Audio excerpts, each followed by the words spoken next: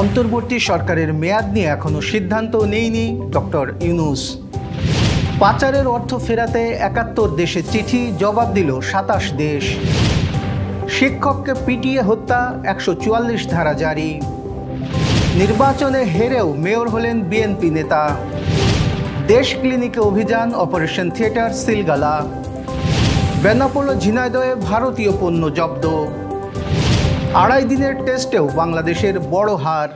দর্শক, রাতের আয়োজনে সকলকে স্বাগত জানাচ্ছি। আমি এস এম আরিফ। শুনছিলেন ১ অক্টোবরের প্রধান শিরোনাম, এবার বিস্তারিত। অন্তর্বর্তী সরকারের মেয়াদ বা আগামী নির্বাচন কবে হবে এ নিয়ে উপদেষ্টা পরিষদ এখনও কোনো সিদ্ধান্ত নেয়নি বলে জানিয়েছেন বাংলাদেশের অন্তর্বর্তী সরকারের প্রধান ডক্টর ইউনূস। এই নিয়ে উপদেষ্টা পরিষদে কোনো আলোচনা হয়েছে কিনা এ প্রশ্নের জবাবে ডক্টর ইউনূস বলেন, আমরা আলোচনা করেছি কিন্তু সিদ্ধান্ত নেইনি। শুক্রবার জাতিসংঘের সাধারণ পরিষদে দেওয়া ভাষণ শেষে যুক্তরাষ্ট্রের নিউ ইয়র্কে ভয়েস অব আমেরিকা বাংলাকে দেয়া এক সাক্ষাৎকারে তিনি এসব কথা বলেন। বিদেশে পাচার হওয়া অর্থ দেশে ফিরিয়ে আনতে এ পর্যন্ত ৭১ দেশের চিঠি পাঠিয়েছে দুর্নীতি দমন কমিশন দুদক। এর মধ্যে ২৭ দেশ থেকে জবাব পাওয়া গেছে। মঙ্গলবার দুদক কর্মকর্তাদের সঙ্গে ইউরোপীয় ইউনিয়নের ৪ সদস্যের একটি প্রতিনিধি দলের বৈঠক অনুষ্ঠিত হয়। বৈঠক শেষে দুদকের মহাপরিচালক আক্তার হোসেন সাংবাদিকদের এ তথ্য জানান।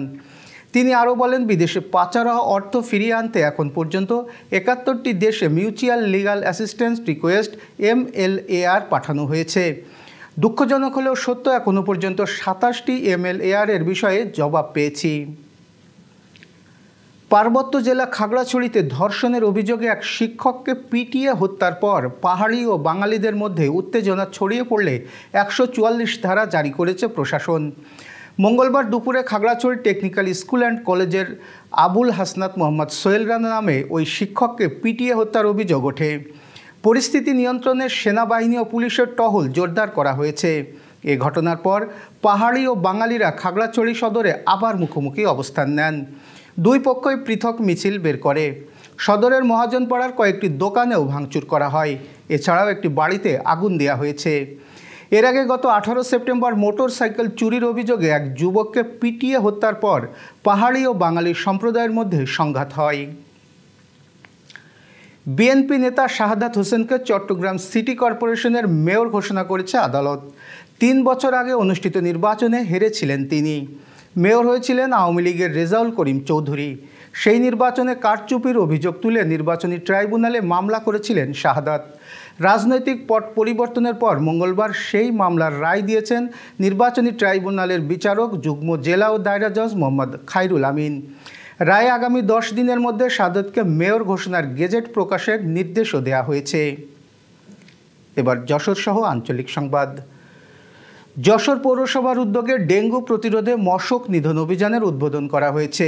মঙ্গলবার সকালে জেলা প্রশাসকের চত্বরে এই কার্যক্রমের উদ্বোধন করেন জেলা প্রশাসক আজহারুল ইসলাম। যশোর থেকে পিপিআর ও খুরা রোগ নির্মূলের লক্ষ্যে ৭.৫ লাখ ছাগল ভেড়াকে প্রতিরোধমূলক পিপিআর রোগের দ্বিতীয় ডোজ টিকা প্রদানের কর্মসূচি হাতে নিয়েছে জেলা প্রাণী সম্পদ অধিদপ্তর। ১ অক্টোবর থেকে শুরু হওয়া এই টিকা কার্যক্রম চলবে আগামী ১৮ অক্টোবর পর্যন্ত। যশোরের ৮ উপজেলার প্রতিটি ইউনিয়নের প্রতিটি ওয়ার্ড পর্যায়ে চলবে এই কার্যক্রম। ১ অক্টোবর সকাল ৯টায় যশোরের লেবুতলা স্কুল মাঠে পক্ষকালব্যাপী এই কার্যক্রমের উদ্বোধন করেন জেলা প্রাণী সম্পদ দপ্তরের কর্মকর্তাবৃন্দ। অপচিকিৎসায় রোগীর মৃত্যুর ঘটনায় যশোর জেনারেল হাসপাতালের সামনে অবস্থিত দেশ ক্লিনিক অ্যান্ড ডায়াগনস্টিক সেন্টারে অভিযান পরিচালনা করেছে স্বাস্থ্য বিভাগ। সিভিল সার্জন ডাক্তার মাহমুদুল হাসানের নেতৃত্বে মঙ্গলবার বেলা 11:30টার দিকে এই অভিযান পরিচালনা করা হয়। এ সময় ক্লিনিকের অপারেশন থিয়েটার সিল করা হয়। বেনাপোল বন্দরে কাগজপত্রবিহীন উন্নত মানের গার্মেন্টস পণ্য আটক করেছে কাস্টমস কর্তৃপক্ষ। মঙ্গলবার সকাল 10টার দিকে বন্দরের 17 নম্বর শেড থেকে ট্রাকে লোড করার সময় এসব পণ্য চালান জব্দ করা হয়। আটককৃত পণ্য চালানটির মূল্য ৩ কোটি টাকা। চালানটিতে সরকারের প্রায় কোটি টাকার রাজস্ব ফাঁকি দেওয়া হয়েছিল বলে কাস্টমস সূত্রে জানা যায়। এদিকে ভারতীয় প্রসাধনী, চকলেট, 3 পিস কম্বল ও শাড়িসহ বিপুল পরিমাণ ভারতীয় সামগ্রী জব্দ করেছে বাংলাদেশ সেনাবাহিনী ঝিনাইদহ সদর আর্মি ক্যাম্পের সদস্যরা। সোমবার রাতে ঝিনাইদহ মাগুরা মহাসড়কের ভাইনা মোড় এলাকা থেকে এসব পণ্য সামগ্রী জব্দ করেন ১৯ বেঙ্গল ঝিনাইদহ সদর আর্মি ক্যাম্পের সদস্যরা। ইসলাম ধর্ম ও মহানবী হজরত মোহাম্মদ সাল্লাল্লাহু আলাইহি সাল্লামকে নিয়ে কটূক্তির প্রতিবাদে অভয়নগর ইমাম পরিষদের আয়োজনে মঙ্গলবার বিকেলে নোয়াপাড়া বাজারে বিক্ষোভ মিছিল ও প্রতিবাদ সমাবেশ অনুষ্ঠিত হয়। সমাবেশে সভাপতিত্ব করেন উপজেলা ইমাম পরিষদের সভাপতি মাওলানা গোলাম মাওলা। এবার খেলার সংবাদ। কানপুর টেস্টে ২ দিন বৃষ্টি ও ভেজা আউটফিল্ডের কারণে পরিত্যক্ত হওয়ার পর সবাই ধরে নিয়েছিল এই ম্যাচ ড্রয়ের দিকেই যাচ্ছে, কারণ প্রথম দিনের ৩৫ ওভারের পর চতুর্থ ও পঞ্চম দিন হিসাব করলে কানপুর টেস্ট কার্যত পরিণত হয় ২.৫ দিনে। এমন সুযোগ পেয়েও ভারতের বিপক্ষে লড়াই করতে পারেনি শান্তর দল।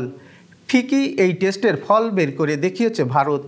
দ্বিতীয় ও শেষ টেস্টে ৯৫ রানের লক্ষ্যে খেলতে নেমে ১৭.২ ওভারে ৩ উইকেট হারিয়ে সেটা ছুঁয়ে ফেলে স্বাগতিকরা। ভারত ৭ উইকেটে দ্বিতীয় টেস্ট জেতায় ২ ম্যাচের সিরিজ বাংলাদেশ ২-০তে হোয়াইট ওয়াশ হয়েছে।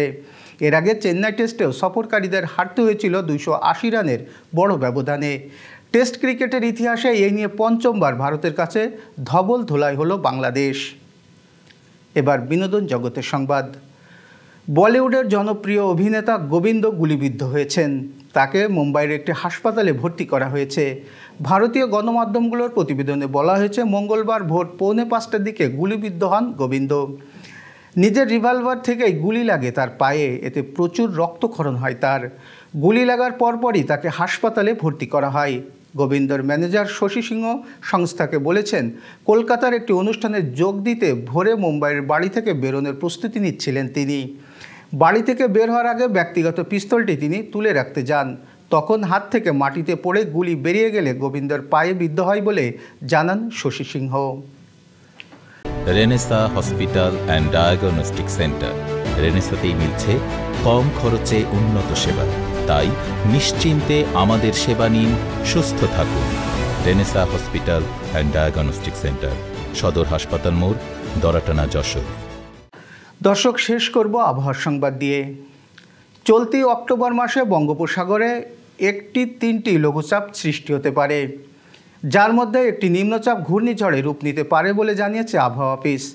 মঙ্গলবার আবহাওয়া অধিদপ্তরের দীর্ঘমেয়াদী পূর্বাভাস দিতে গঠিত বিশেষজ্ঞ কমিটি এই পূর্বাভাস দিয়েছে। মাসব্যাপী পূর্বাভাসে আরও বলা হয়েছে, মাসের প্রথমার্ধে দক্ষিণ পশ্চিম মৌসুমী বায়ু বাংলাদেশ থেকে পর্যায়ক্রমে বিদায় নিতে পারে। দেশের উত্তর ও মধ্য অঞ্চলে ২-৪ দিনের মাঝারি থেকে তীব্র বজ্রঝড় এবং সারা দেশে ৩ থেকে ৫ দিন হালকা থেকে মাঝারি ধরনের বজ্রঝড় হতে পারে। দিন ও রাতের তাপমাত্রা ক্রমান্বয়ে হ্রাস পেতে পারে, তবে দিন ও রাতের তাপমাত্রা স্বাভাবিক অপেক্ষা কিছুটা বেশি থাকবে। এই ছিল আজকের আয়োজন। সাথে থাকার জন্য ধন্যবাদ।